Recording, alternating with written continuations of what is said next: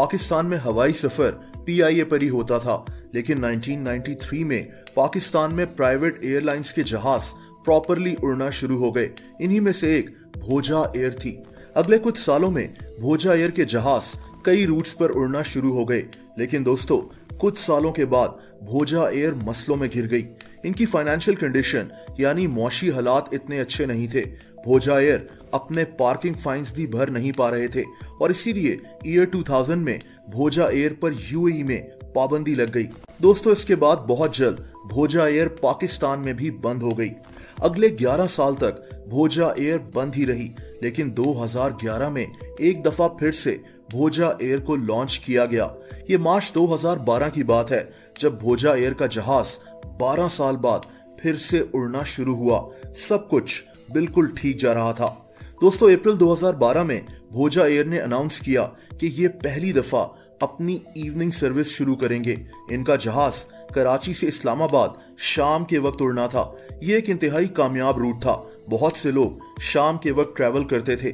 भोजा एयर की फ्लाइट 213 इस रूट के लिए चलनी थी।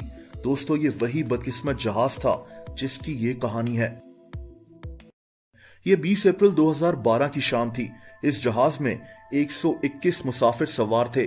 जहाज भरा हुआ था। जहाज के कैप्टन 58 साला नूरुल्लाह अफरीदी थे और जहाज के फर्स्ट ऑफिसर यानी दूसरे पायलट 53 साला जावेद मलिक थे। ये दोनों काफी गहरे दोस्त भी थे। इस जहाज के केबिन क्रू में सैयद अमाद लाइक, गजाला मलिक, प्रिंसेस फ्लाविया और सनम फरीद शामिल थे। दोस्तों कराची से उड़ने से पहले ही पायलट्स जानते थे कि इस्लामाबाद में मौसम काफी खराब है। इस्लामाबाद में बादल गरज रहे थे, बिजली चमक रही थी। ऐसा लग रहा था जैसे कोई तूफान आने वाला है। दोनों पायलट सफर शुरू होते ही मौसम के मुतालिक ही बात कर रहे थे। दोस्तों मैंने आपको अपनी कई वीडियोस में बताया है कि जहाज में एक डिवाइस लगी होती है जिसे ब्लैक बॉक्स कहते हैं। ये ब्लैक बॉक्स कॉकपिट में बैठे पायलट्स की सारी बातें रिकॉर्ड कर रहा होता है। अगर जहाज को कोई हादसा पेश आ जाए तो ये ब्लैक बॉक्स बच जाता है। बहरहाल जहाज में कैप्टन नूरुल्लाह अफरीदी ने फ्लाइट अटेंडेंट से यह भी कहा कि खराब मौसम की वजह से इस सफर में बहुत बम्प्स आएंगे। दोनों पायलट्स वेदर रडार को भी बार बार चेक कर रहे थे। फर्स्ट ऑफिसर जावेद मलिक ने तो ये भी मशवरा दिया कि जहाज को पेशावर की तरफ ले जाना चाहिए, क्योंकि इस्लामाबाद की तरफ जहाज उड़ाना खतरनाक हो सकता था। लेकिन कैप्टन नूरुल्लाह अफरीदी ने कहा कि मैं इस्लामाबाद में लैंडिंग कर लूंगा।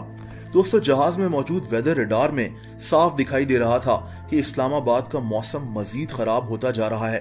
बहरहाल ये जहाज सफर करता हुआ अब इस्लामाबाद एयरपोर्ट के करीब पहुंच चुका था। अब असल मसला शदीद खराब मौसम में इसको लैंड करने का था। अब कैप्टन नूरुल्लाह अफरीदी की आवाज घबराई हुई लग रही थी। ये नर्वस थे। इनको जहाज की विंडो से खराब मौसम दिखाई दे रहा था। दोस्तों अब कैप्टन नूरुल्लाह अफरीदी ने सोचा कि इस तूफान में कोई छोटा सा गैप निकाला जाए और जहाज को इसी गैप से निकालकर लैंड किया जाए। इनको जमीन पर मौजूद एयर ट्रैफिक कंट्रोलर ने बताया कि इस्लामाबाद एयरपोर्ट के साउथ में तूफान में एक छोटा सा गैप है। ये गैप सिर्फ 60 डिग्री रेंज का था। दोस्तों अब मसला यह था कि कानून कहता है कि जहाज को तूफान वगैरह से 5 नॉटिकल माइल्स दूर रखना चाहिए और ये गैप 5 नॉटिकल माइल से भी कम था। यानी इस जहाज को इस गैप से नहीं जाना चाहिए था, लेकिन ऐसा नहीं हुआ। कैप्टन नूरुल्लाह अफरीदी ने फैसला किया कि ये इस जहाज को तूफान के अंदर इसी गैप से लेकर जाएंगे। इन्होंने अपना जहन बना लिया था कि चाहे कुछ भी हो जाए इस जहाज को इस्लामाबाद एयरपोर्ट पर उतारना ही है। बल्कि कैप्टन नूरुल्लाह अफरीदी अब काफी सुकून से बात कर रहे थे। इन्होंने जमीन पर मौजूद एयर ट्रैफिक कंट्रोलर से हल्का फुल्का मजाक भी किया, लेकिन इनका जहाज बहुत खतरे में था। दोस्तों इस्लामाबाद में बहुत तेज बारिश शुरू हो चुकी थी। इनके जहाज से सिर्फ 10 से 15 मील दूर तूफान की एक दीवार बनी हुई थी जिसे स्क्वॉल लाइन कहते हैं। पायलट्स ऐसे तूफान से दूर ही रहते हैं, लेकिन भोजा एयर का ये जहाज इस लाइन के बहुत करीब था और पायलट्स को कोई परेशानी नहीं थी। ये जहाज अब इस्लामाबाद एयरपोर्ट के करीब पहुंचा तो ये जहाज शदीद बारिश और तूफान की लपेट में आ गया। जहाज का कॉकपिट अंधेरे में डूबा हुआ था, लेकिन फिर भी ये जहाज एयरपोर्ट पर लैंड होने वाला था। लेकिन फिर अचानक जहाज थोड़ा सा ऊपर की तरफ हुआ और राइट साइड पर उड़ना शुरू हो गया। दोस्तों, ये जहाज शदीद बारिश में फंस चुका था। इसको लैंड करना नामुमकिन हो चुका था। अचानक ये जहाज 1000 फीट नीचे गिर गया। अब पायलट्स पर सख्ता तारी हो गया था। इनको कुछ समझ में नहीं आ रहा था कि ये अब क्या करें। ये जहाज सिर्फ 900 फीट की ऊंचाई पर था और अगले कुछ सेकंड्स में जमीन पर टकराने वाला था। जहाज में आखिरी अल्फाज फर्स्ट ऑफिसर जावेद मलिक के थे।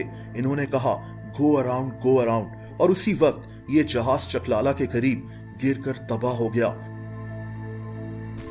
दोस्तों, पायलट्स ऐसे खतरनाक तूफान से अपने जहाज को दूर रखते हैं, लेकिन इस वाकये में ऐसा नहीं हुआ। जहाज में मौजूद सब के सब 127 लोग मारे गए। इस हादसे के बाद भोजा एयर भी हमेशा के लिए बंद हो गई थी।